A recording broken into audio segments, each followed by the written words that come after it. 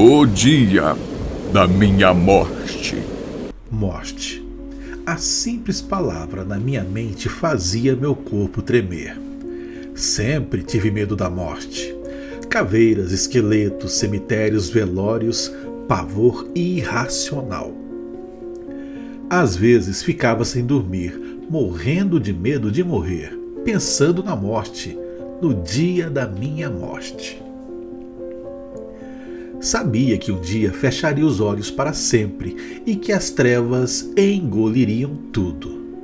Sei, desaparecerei e nunca mais acordarei, ou pior, que acordarei vivo dentro de um caixão. Horror dos horrores!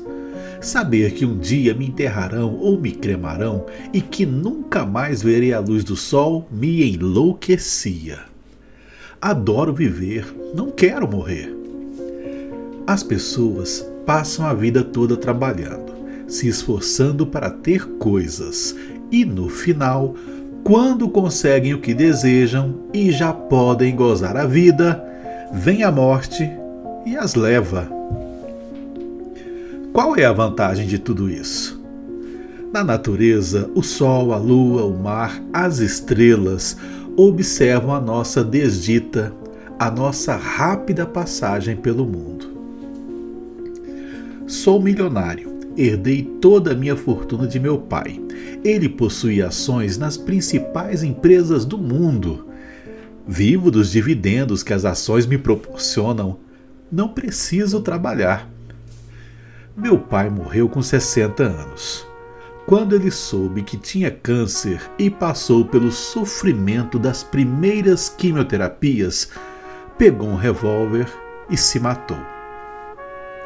Sabia que toda a sua fortuna não o livraria da morte. E pior do que isso, do sofrimento físico e mental. A morte, de repente, tornou-se sua companheira de quarto, sua amiga, a única solução para acabar com seu sofrimento. O desfecho terrível de meu pai me abalou profundamente. Minha mãe criou uma fundação com o nome dele para ajudar na pesquisa contra o câncer. Uma tentativa de eternizar seu nome. Afinal, pessoas nascem, pessoas morrem e o mundo continua sempre o mesmo. Ninguém tem passado, tudo acaba, nada é para sempre. A morte prematura de meu pai me fez buscar a diversão, o gozo e o prazer pela vida.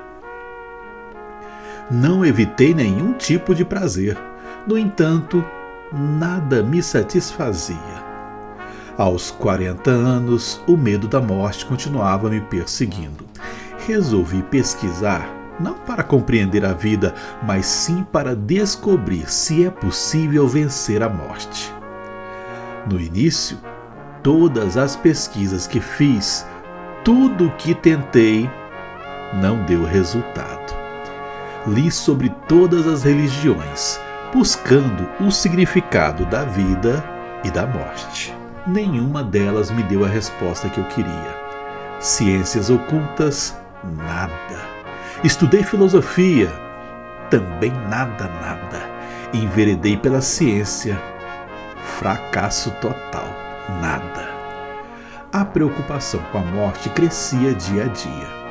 Estudei cultos antigos, aprendi as línguas mais antigas das civilizações humanas, revirei bibliotecas e sebos do mundo todo em busca de algo, de alguma pista sobre o assunto. Tinha em mim que encontraria, que minhas buscas não seriam em vão.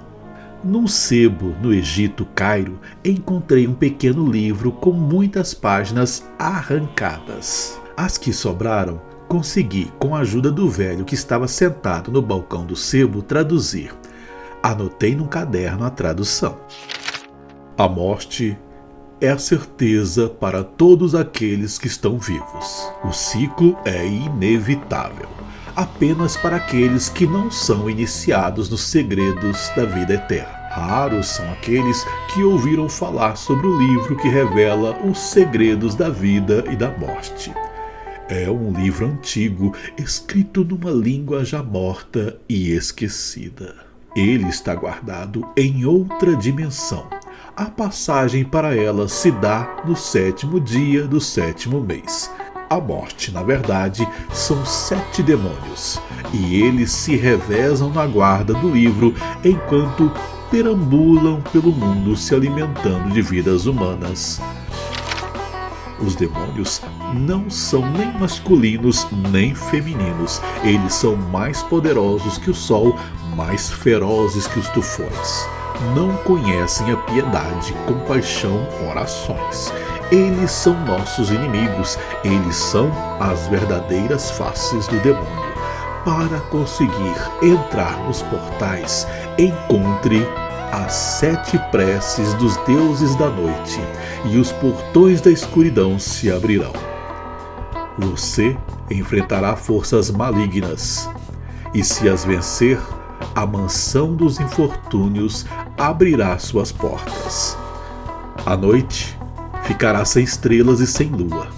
As trevas tomarão conta de tudo. Quando surgir amanhã, os 7 demônios nunca o encontrarão, e para sempre você viverá. São 7 preces. A primeira... O resto havia sido arrancado. Quando terminei a anotação, o velho havia desaparecido. Voltei para o hotel e fiquei pensando sobre os sentidos das palavras do texto. Na tarde do dia seguinte, havia um envelope para mim na recepção do hotel. Voltei para o quarto e encontrei apenas o endereço dentro do envelope. Dead End Street 7, Londres, Inglaterra. Conheço Londres muito bem e não conheci o endereço. Mesmo assim, resolvi partir para Londres. Desembarquei no aeroporto de Heathrow e peguei um táxi até o centro da cidade. Comprei um guia da cidade e, como previa, não havia nenhuma Dead End. Comprei numa livraria especializada em mapas do mundo inteiro um mapa de Londres no início do século XX. Acertei, lá estava a rua. O nome dela hoje é Hardman Road dos Docklands. Peguei um táxi que me deixou em frente a um sebo. Entrei e olhei os livros. Retirei alguns das estantes e comecei a folhear. Num deles havia uma anotação em vermelho junto das palavras "Vença a morte e tenha vida eterna. Castelo de Buckingham e Success." Comprei o livro. O velho que me atendeu pareceu-me conhecido. Saí e peguei um táxi até o centro de Londres. Comprei uma passagem de trem para Sussex, no norte da Inglaterra. Quando estava no meio da viagem, lembrei-me de onde conhecia o velho que me atendeu no sebo em Londres. Era o mesmo do Cairo. Seria possível? Não era possível. Minha memória estava me pregando uma peça. Hospedei-me no hotel Young Dad. No dia seguinte, aluguei um carro e fui até o castelo. Apresentei-me como pesquisador e solicitei permissão para pesquisar a biblioteca. Alegaram que a biblioteca não possuía nada de importante. Mesmo assim, disse que desejava conhecê-la. Levaram-me até a biblioteca. Realmente não havia nada. Quando coloquei o último livro que tirara para examinar no seu lugar, ouvi o disparo de uma tranca e uma pequena porta se abriu junto à estante. Vi uma sala escura. Peguei um dos candelabros da biblioteca, acendi a vela e entrei. Um corredor me conduziu para outra sala. Atravessei a sala e abri uma porta. Outra sala, apenas móveis. Não havia portas nem janelas. Abri um armário, não havia nada. Abri outro, vazio. No terceiro encontrei um baú. Abri e havia um pergaminho. Desenrolei. A mesma língua do outro texto. Guardei o pergaminho no bolso do casaco. Fiz o caminho de volta. Ao chegar no hotel, traduzi no mesmo caderno. Ó Senhor das trevas, guardião dos valores sombrios, dos tormentos e dos dramas da vida, levai-me até o abismo do absurdo, do nada da morte. Dai-me a força das sombras, do inferno, das trevas interiores. Dai-me o gosto amargo da angústia de viver, a força das tempestades, das tormentas e das tragédias. Quero conhecer o horror do não ser, provar a carne que apodrece. Quero vencer a morte e para sempre ser. 118:32. Voltei para Londres. Decidi pesquisar no British Museum. Cheguei cedo. A biblioteca do British Museum ainda não estava aberta. Entrei nos sites de busca e digitei os números das mais diversas formas. Nada. O café esfriou ao lado do teclado. Fiquei olhando para a tela do computador, tentando adivinhar o significado daqueles números. A biblioteca abriu. Fiquei o dia inteiro pesquisando nos livros e não encontrei nenhuma referência aos números naquela ordem ou em qualquer outra ordem. Resolvi tentar de novo a internet. Sentei-me no computador e digitei em vários sites de busca os números. Havia um homem idoso no computador ao lado e, vendo minha expressão de desânimo, ofereceu-se para me ajudar. Recusei, com medo que ele descobrisse ou desconfiasse do motivo da minha busca. Ele olhou para mim e disse que sabia o que eu buscava. Estarrecido, não falei nada. Ele aproximou-se do meu teclado e digitou. A tela mostrou o mapa do mundo. Fiquei olhando para a tela. Quando voltei a cabeça para o lado, ele havia desaparecido. Digitei os números e apareceu na tela. Vale da Morte, Estados Unidos, o ponto mais baixo do hemisfério ocidental e a mais quente e árida região dos Estados Unidos. Localiza-se no oeste da Califórnia. Tem 225 km de extensão e 24 km de largura. O seu ponto mais profundo fica em Badwater, 96 metros abaixo do nível do mar. Saí do museu e fui para o aeroporto.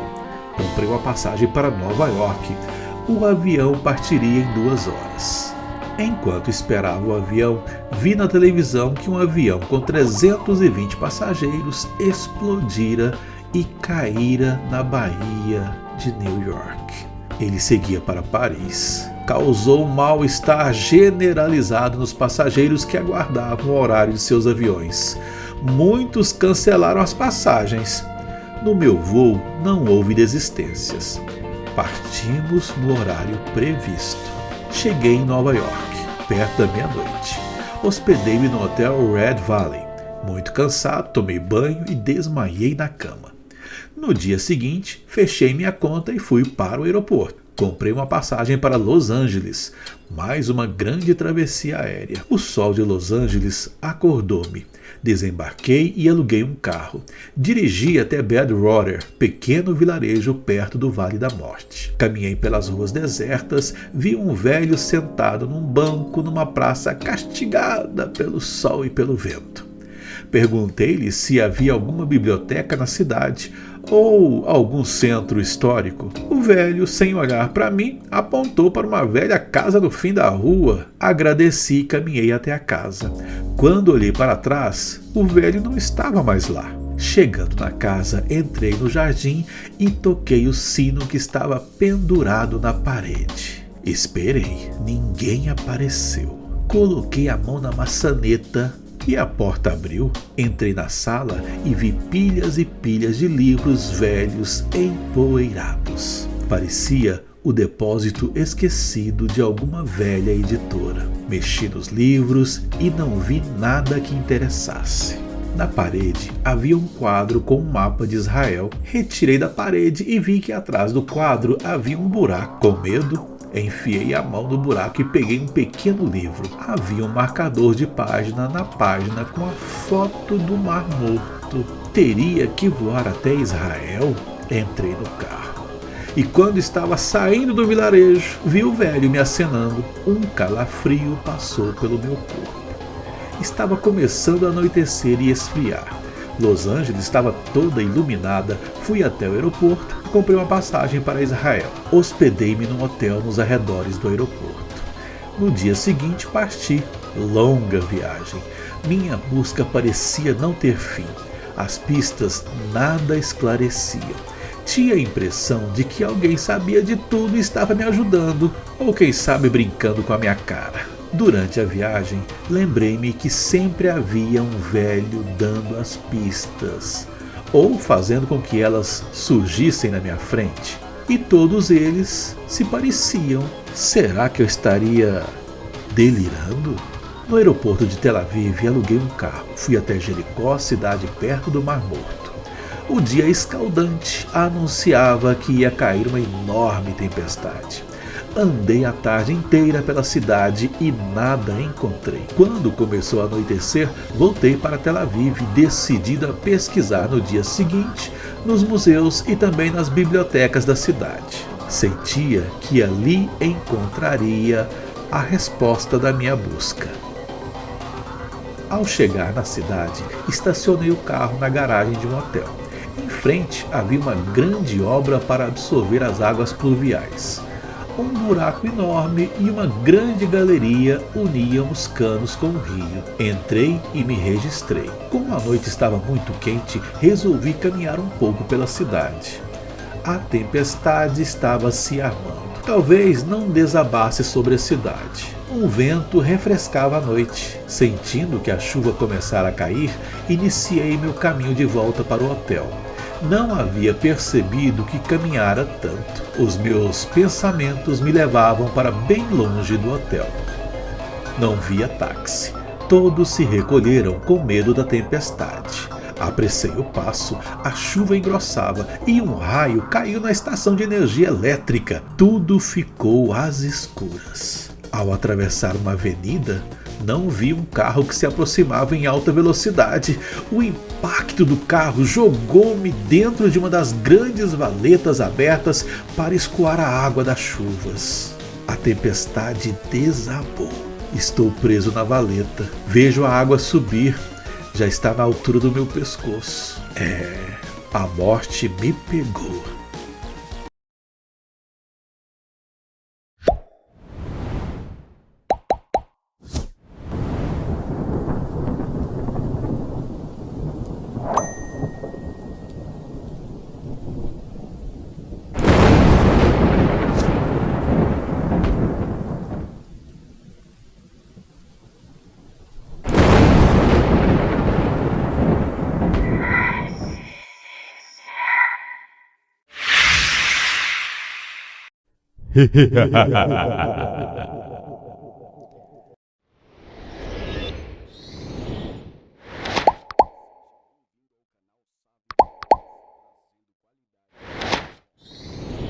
E aí, gostou? Deixe seu like,